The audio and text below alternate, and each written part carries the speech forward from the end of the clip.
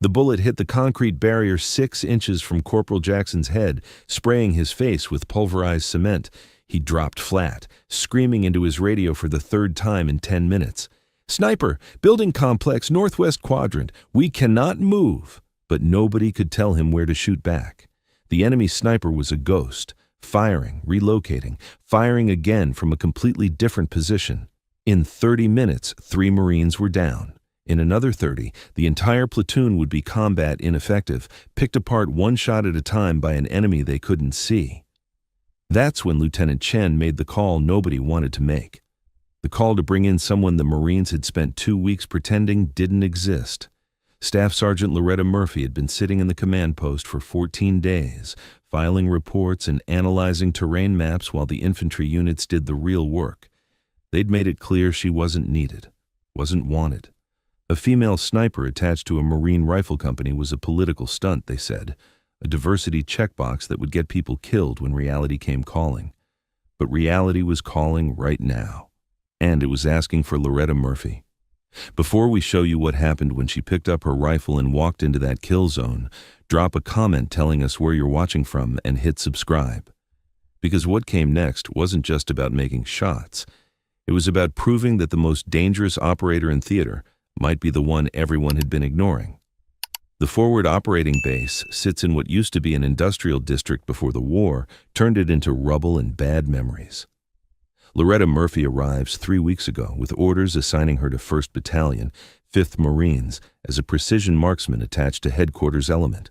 She's 29, built like a distance runner, with dark hair she keeps in a tight regulation bun and eyes that never seem to stop cataloging angles and distances. Her gear is immaculate, rifle case secured with military precision, load-bearing vest arranged for maximum efficiency. Every piece of equipment exactly where muscle memory expects to find it. The reception is cold from day one. Captain Morrison barely looks up from his maps when she reports in.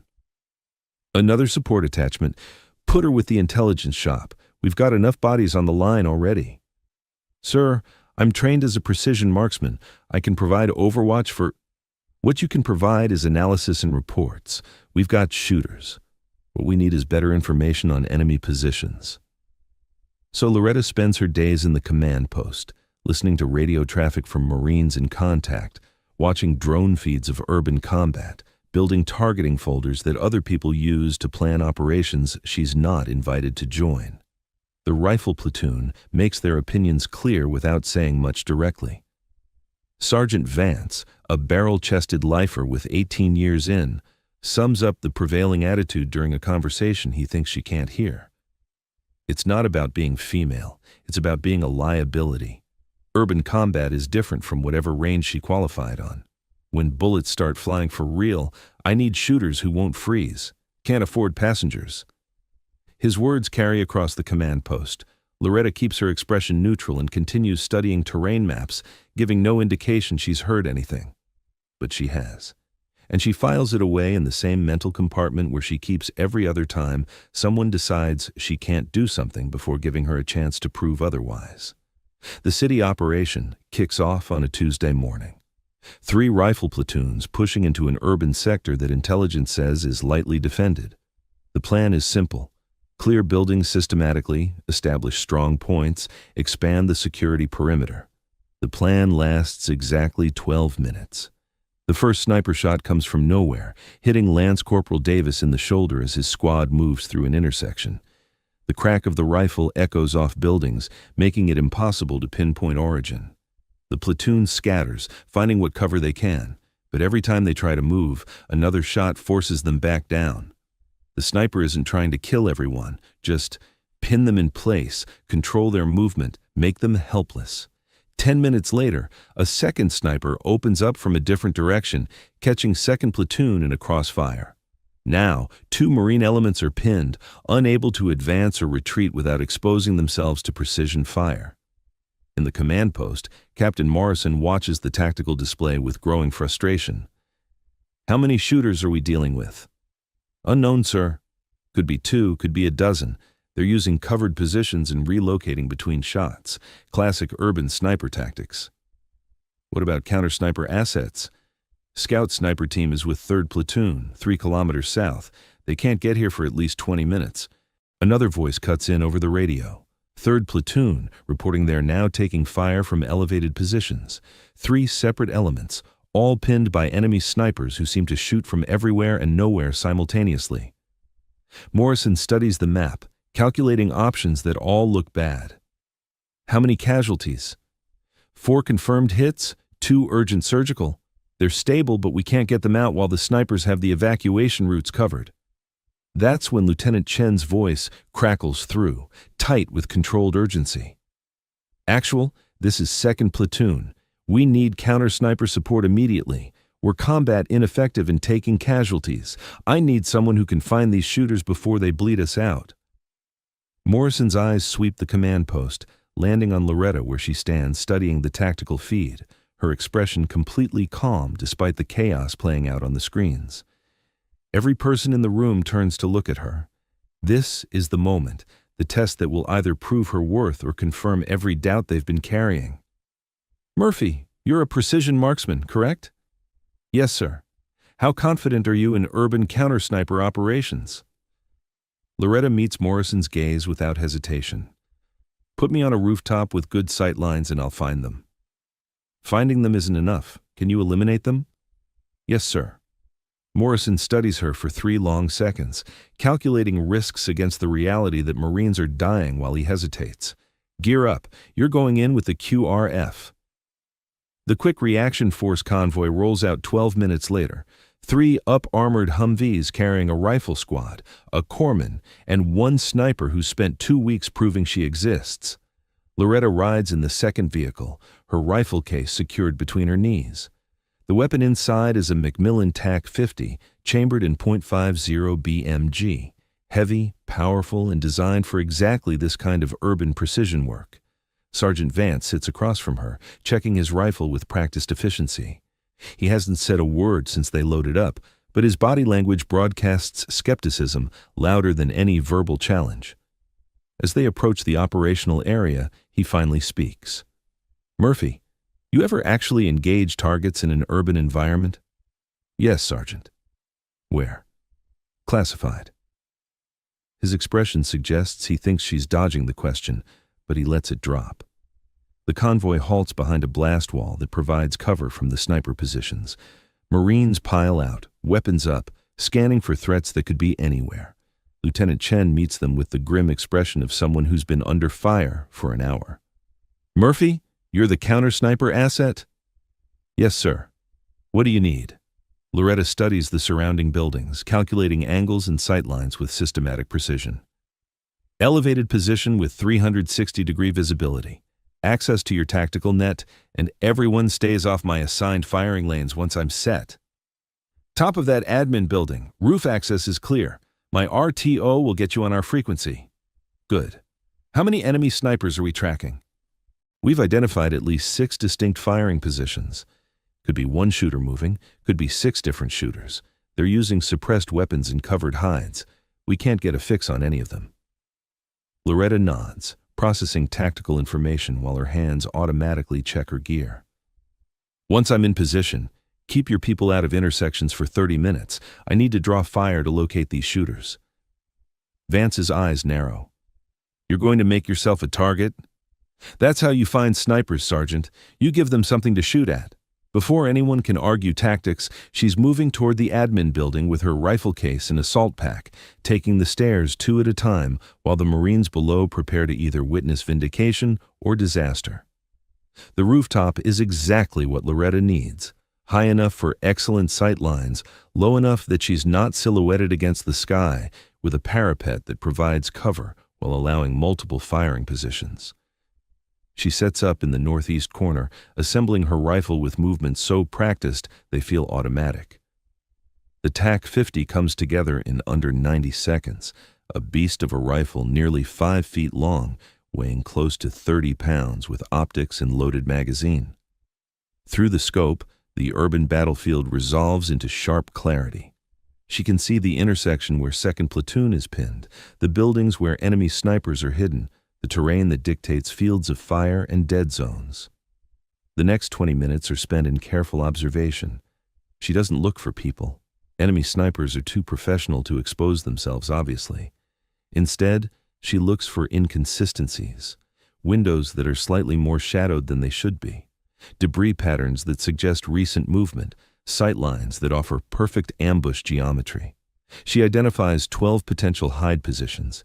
Any one of them could conceal a sniper. All of them offer excellent angles on the Marines below. Now comes the hard part. Second platoon, this is Murphy. I need you to send one Marine across the northern intersection. Just one, moving fast, using the burned-out car for cover. Lieutenant Chen's voice comes back uncertain. You want me to use my Marines as bait? I want to provoke a response so I can locate the shooter. The car provides cover, but I need movement to draw fire. A long pause, then, Wilco, stand by. Loretta settles behind her rifle, crosshairs sweeping across the 12 positions she's identified, waiting for the enemy to make the mistake of revealing himself.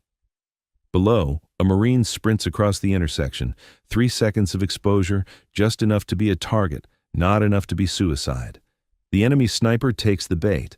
The shot comes from a third-story window in a building 400 meters northeast. Loretta sees the muzzle flash, barely visible, suppressed, but enough. The bullet impacts the burned car, missing the Marine who's already diving for cover. Through her scope, she catches the briefest glimpse of movement as the enemy sniper shifts position after shooting. Most counter-snipers would fire immediately, hoping to get lucky. Loretta waits. 3 seconds. The sniper will be moving away from the window, assuming he's still concealed, preparing to relocate to his next hide position. She leads the target by 2 feet, calculating where he'll be based on the room's geometry, and squeezes the trigger. The TAC-50 roars, a sound like thunder confined in a steel barrel. The .50 BMG round crosses 400 meters in less than half a second, penetrating the building's facade like tissue paper. Through the scope, she sees the result. The enemy sniper drops out of view, his weapon clattering into sight where it falls against the window frame. Target 1 eliminated. Northeast building, 3rd floor, moving to next position. The professional part of Loretta's brain is already cataloging the other 11 potential hide sites. But another part registers the sudden silence on the tactical net. Marines who'd spent 2 weeks dismissing her now processing what just happened. She doesn't wait for their reaction. There are at least 5 more enemy snipers out there, and she just announced her presence by shooting one of them. Loretta shifts to a new firing position on the rooftop, setting up behind a different section of parapet. Her new position gives her angles on the western sector, where 3rd Platoon reported taking fire. Through the scope, she studies windows, doorways, roof lines, looking for the details that don't quite fit. There, a rooftop position 700 meters out. The shadow pattern is wrong, too uniform, suggesting something is creating artificial shade. She watches, patient as stone, waiting for confirmation. The confirmation comes when another Marine attempts to move between buildings. The enemy sniper fires, pinning the Marine behind inadequate cover, and in that moment of aggression makes the fatal mistake of creating movement that disturbs his camouflage. Loretta sees it. Just the slightest shift of the artificial shade, barely perceptible, but enough.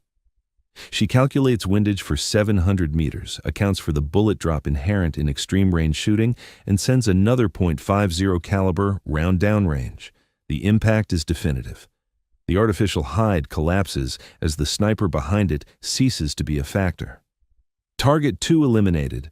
Western rooftop, 700 meters. This time, voices crackle over the radio. Holy shit, did you see that shot? Second sniper down. Who is this, Murphy? Sergeant Vance's voice cuts through the chatter. Keep comms clear. Murphy, 3rd Platoon is still pinned from elevated positions to the south. Can you acquire? Working it, Sergeant. But the tactical situation has changed. The enemy snipers know someone is hunting them now. They'll be more cautious, more careful, harder to locate, which is exactly what she's counting on. When snipers get cautious, they follow patterns. They retreat to positions they've pre-scouted, they use routes they've practiced, they fall back on training that becomes predictable to someone who knows what to look for. Loretta studies the urban terrain with fresh eyes, not looking for where the snipers are, but where they'll go now that they know they're being hunted. The enemy has been operating in this sector for weeks, maybe months. They've had time to prepare multiple hide positions, create covered routes between them, establish fallback positions for exactly this scenario. She overlays what she knows about professional sniper tactics onto the terrain below. If she were setting up a defensive sniper network in this urban environment, where would she position her primary hides? Where would her fallback positions be? What routes would connect them while maintaining cover from counter-sniper fire? The pattern emerges like a photograph developing in chemicals.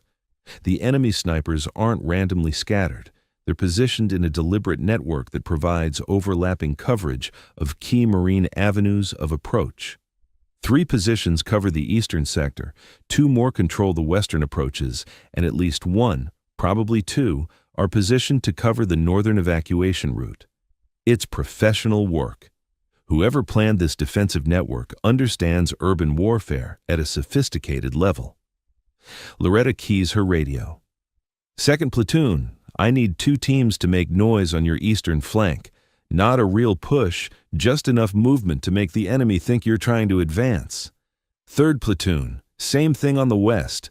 I need the enemy looking at you, not looking for me." "Murphy, what are you planning?" Lieutenant Chen sounds uncertain. "I'm going to relocate while they're focused on your demonstration. Then I'm going to start rolling up their network from the flank they're not watching. That's going to expose you. Once you fire, they'll know where you are." "That's the idea, sir. Draw them out of their prepared positions into making mistakes." Moving through an urban combat zone while enemy snipers are actively hunting is advanced-level fieldcraft. Loretta descends from the admin building using interior stairs, exits through a ground-floor window that faces away from known enemy positions, and moves through a series of connected structures that provide overhead cover. She's carrying 40 pounds of rifle, optics, ammunition, and equipment, but she moves with fluid efficiency. The new position she's selected is a partially collapsed apartment complex on the southern edge of the operational area. It's closer to enemy positions, riskier, but offering angles that her previous rooftop couldn't provide. She enters through a blast hole in the eastern wall, climbs to the 3rd floor using rubble as makeshift stairs, and establishes her hide in what used to be someone's living room. Through gaps in the exterior wall, she has clear sight lines to 3 positions she's identified as likely enemy hides. The ranges are closer now, between 300 and 500 meters, well within her weapon's optimal performance envelope. "Murphy is set. Send your demonstration." Below, 2nd Platoon begins their show. Marines move with deliberate visibility, creating the impression of preparation for an assault. It's theater, designed to focus enemy attention on the eastern sector, while Loretta works from the south. The enemy snipers react exactly as predicted. She sees movement in 2 of the positions she's watching, snipers relocating to better angles on the Marines who appear to be preparing an attack. The first target shifts into view behind a window 6 meters from where he'd originally been hiding. He's focused on the Marines below, weapon tracking their movement, completely unaware that someone has flanked his entire network. Loretta's crosshairs settle on his silhouette. Range, 420 meters. Wind, negligible at this distance. Target, stationary, focused on other threats. The shot is almost disappointingly easy. The rifle bucks against her shoulder. Through the scope, she sees the target drop immediately, weapon falling from nerveless hands. Target 3 down. Southern sector, 4th floor window. She's already transitioning to the next position. Another sniper is relocating, visible for just moments as he crosses a gap between rooms. Most shooters would never take this shot. The target is moving, partially obscured, exposed for maybe 2 seconds. Loretta doesn't hesitate. She leads the movement, calculates where the target will be in the time it takes her bullet to arrive, and fires. The enemy sniper falls mid-step, his momentum carrying him into the wall before he collapses. Target 4 down. Same building, different floor. Now the enemy network is reacting with alarm. They've lost 4 snipers in less than 20 minutes, and they still can't locate the shooter killing them. Loretta watches as the remaining enemy positions begin to shift, snipers abandoning their careful hides in favor of movement that might save their lives, movement that makes them visible. Target 5 appears on a rooftop, trying to relocate to a position that offers better cover. He's moving fast, bent low, but he's also outlined against the sky for 3 critical seconds. Her bullet finds him halfway across the roof. He drops without ceremony, weapon skittering away from his body. Target 5 eliminated, northeastern rooftop. The radio's alive now with voices registering disbelief. Lieutenant Chen's voice cuts through. "Murphy, what's your assessment? How many more are out there?" Loretta scans her remaining sectors, counting probable positions against confirmed kills. "I've eliminated 5 of approximately 12 total enemy snipers. The remaining 7 are breaking contact, moving to fallback positions. They're rattled but still dangerous." "Can you track them?" "Working on it." But the enemy snipers are professionals, and their initial panic is giving way to tactical discipline. They're using covered routes, moving in pairs to provide mutual security, avoiding the mistakes that got their comrades killed. Loretta needs to change the equation again. "Second platoon, begin your actual assault on the eastern sector. Third platoon, push west. I need the enemy responding to multiple threats simultaneously." The Marines begin moving with purpose, advancing through sectors that had been deadly kill zones just 30 minutes ago. The difference is palpable. They're not blind anymore. The enemy snipers are forced to choose, remain hidden and watch the Marines advance unchallenged, or engage and risk being located by the hunter who's been systematically destroying their network. 2 of them choose to engage. The first opens fire on second platoon from a window position he thinks is concealed. His muzzle flash gives him away for just an instant. Loretta's return shot comes 3 seconds later, punching through the building's facade and silencing his weapon permanently. Target 6 down, building complex 2nd floor northwest corner. The second enemy sniper is smarter.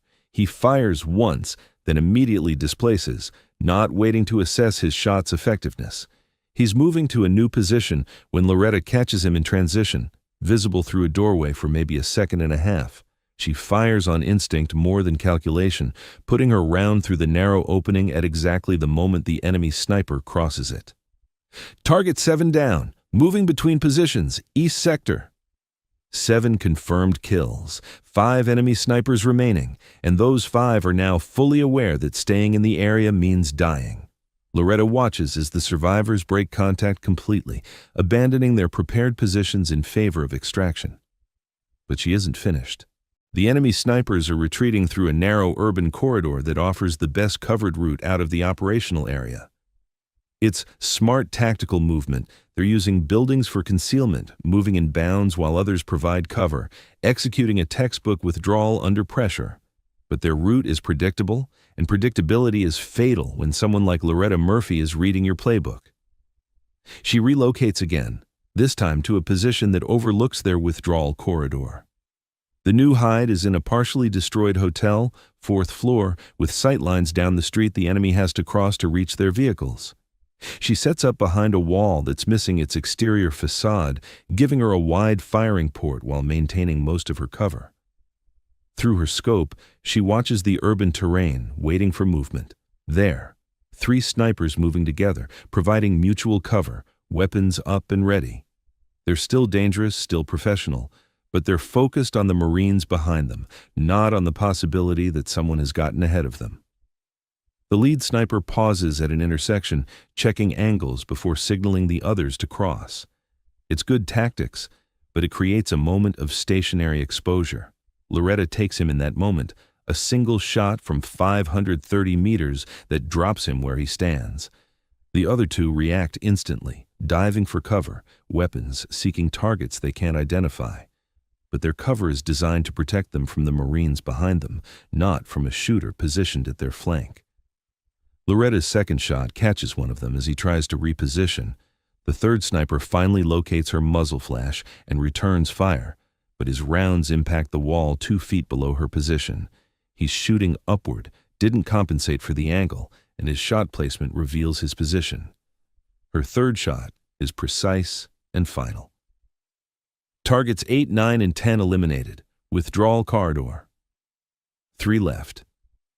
And those three have just watched their escape route get cut off by a sniper who seems to be everywhere, see everything, and never miss.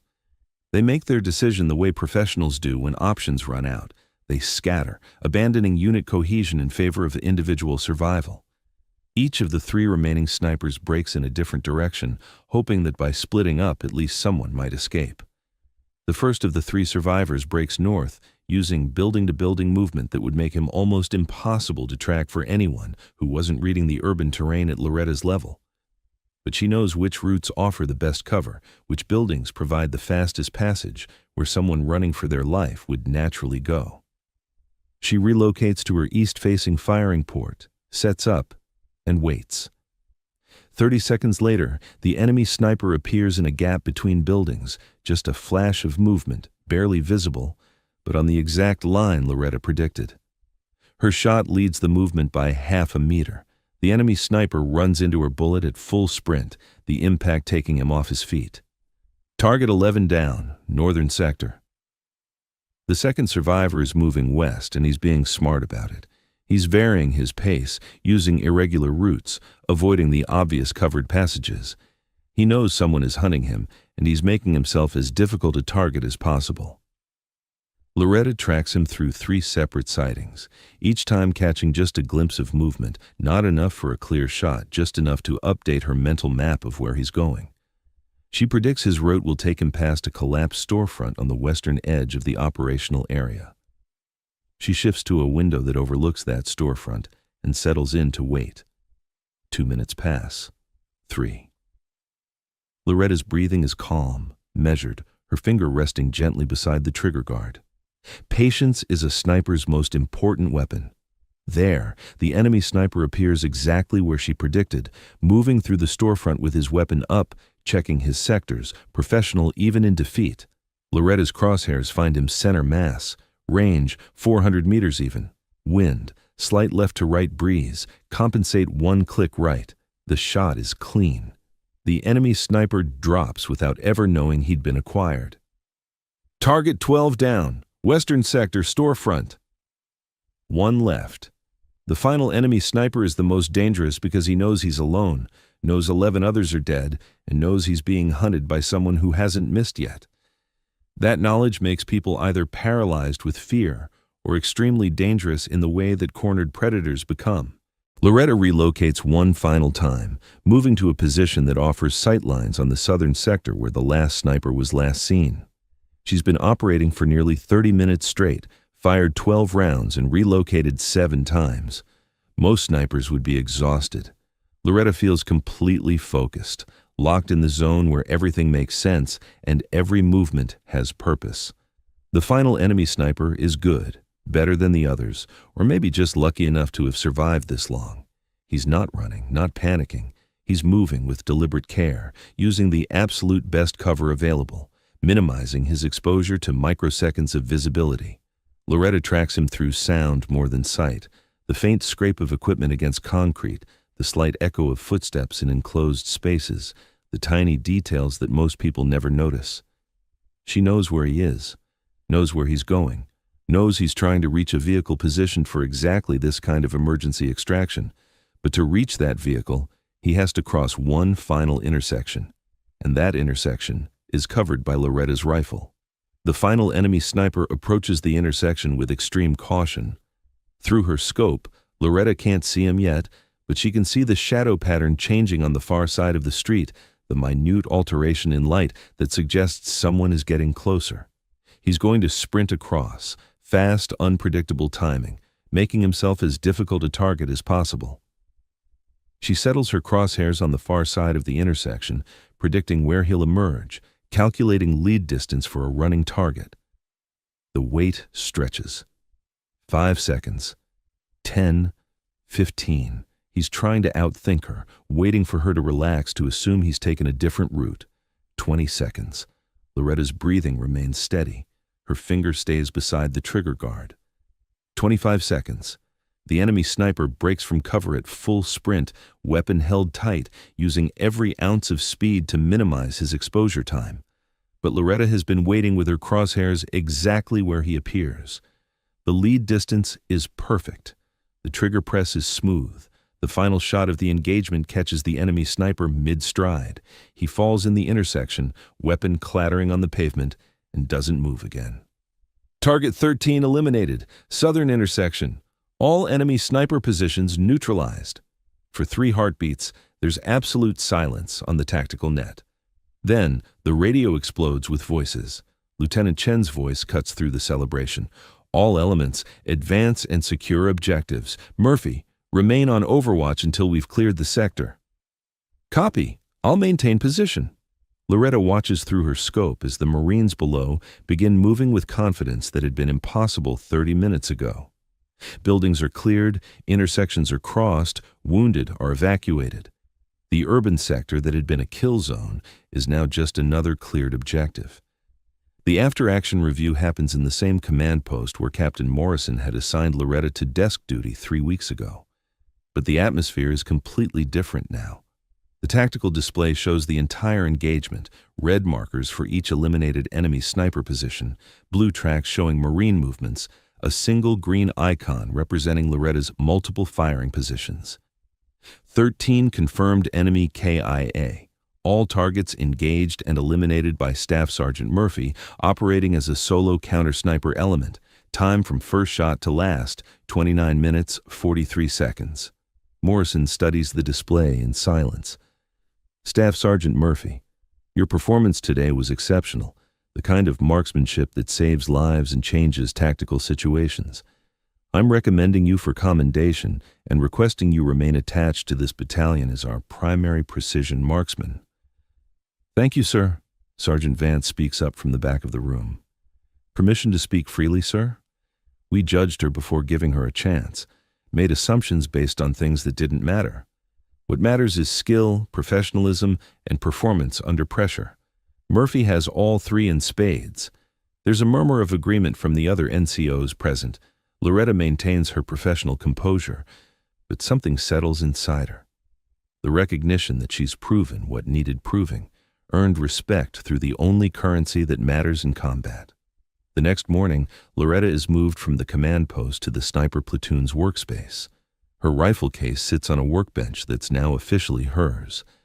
The scout snipers who'd been politely distant for 3 weeks are suddenly eager to talk shop. They want to know about her equipment choices, her ranging techniques, how she calculated those moving target solutions. Corporal Jackson brings her coffee one morning, setting it down on her workbench with awkward gratitude. That sniper had me dead to rights, Staff Sergeant. Had my range, had my position, just needed one more shot. You eliminated him before he could take it. That's the job, Corporal. After he leaves, Loretta sits for a moment with the coffee, thinking about the strange economics of combat, how 13 eliminated enemy snipers translates into Marines who go home alive, letters that don't have to be written, families that don't get destroyed by notification teams. The mathematics are brutal and simple. Her skills, applied at the right moment, create outcomes that matter in the most fundamental ways possible. 3 days later, intelligence reports that enemy forces are establishing new sniper positions in a different urban sector. The mission briefing includes all 3 rifle platoons and Captain Morrison. Loretta attends as the primary counter-sniper asset, a role that's now officially hers. The enemy has adapted. They're using positions with multiple exits, firing in pairs to provide mutual support, maintaining better fire discipline to avoid giving away their locations. All eyes turn to Loretta. She studies the imagery, cataloging positions and sight lines. They've learned that individual snipers can be hunted and eliminated, so they're clustering, using buddy teams, creating overlapping fields of fire. Can you counter it? Morrison asks. Yes, sir, but I'll need support. 2 additional scout snipers working coordinated firing positions, drone coverage for real-time observation, and permission to employ some unconventional tactics. Loretta works with the other scout snipers for the next 2 days, developing firing positions, calculating ranges, establishing communication protocols. They rehearse synchronized shooting, 3 shooters engaging separate targets on a single countdown, creating simultaneous impacts that give the enemy no time to react. They run the drill 20 times, refining timing, adjusting for individual shooter rhythms, building the muscle memory that will make it work under stress. The mission goes exactly as planned. 3 sniper teams in coordinated positions, waiting for the enemy to reveal themselves, then executing synchronized fires that collapse the enemy network before they can react. 6 enemy snipers down in the first 8 seconds. 4 more eliminated in the subsequent 3 minutes as the survivors try to relocate. The rifle platoons advance through terrain that had been a death trap, now rendered safe by precision violence applied with surgical timing. After the mission, Loretta sits on the same rooftop where she'd made her first shot weeks ago, cleaning her rifle with methodical care. Sergeant Vance finds her there, carrying 2 bottles of water and a respect that no longer needs to be verbalized. How do you do it? Not just the shooting. Anyone can learn to shoot with enough practice, but reading the battlefield, predicting enemy movement, being 3 steps ahead of professional soldiers who are trying to kill you. How? Loretta considers the question while running a cleaning patch through her barrel. You see patterns when you've done something enough times. Every sniper hides slightly differently, but they all use the same principles: cover, concealment, fields of fire. Once you understand the principles, you can predict the application. That's the technical answer. What's the real answer? She looks up from her rifle. The real answer is that I spent years learning this craft from people who were better than me. I made mistakes, learned from them, practiced until skills became instinct, and I never assumed I was good enough to stop learning. Vance nods slowly, accepting this wisdom from someone half his age who's proven to be twice as capable as he'd assumed. Below them, Marines are loading into vehicles for the trip back to base. The operation is complete, the objectives secured, the enemy neutralized. Just another successful mission made possible by professionals who excel at things most people never see. Loretta reassembles her rifle, securing each component with practiced efficiency. Tomorrow, there will be new missions, new challenges, new opportunities to prove that quiet competence beats loud assumptions every single time. But tonight, she's just another Marine, doing the job she was trained to do in the way she knows best. The wolf doesn't announce itself to the sheep. It just does what wolves do, efficiently, professionally, lethally. And Staff Sergeant Loretta Murphy is very, very good at being a wolf. If this story moved you, don't forget to subscribe for more inspiring tales of courage.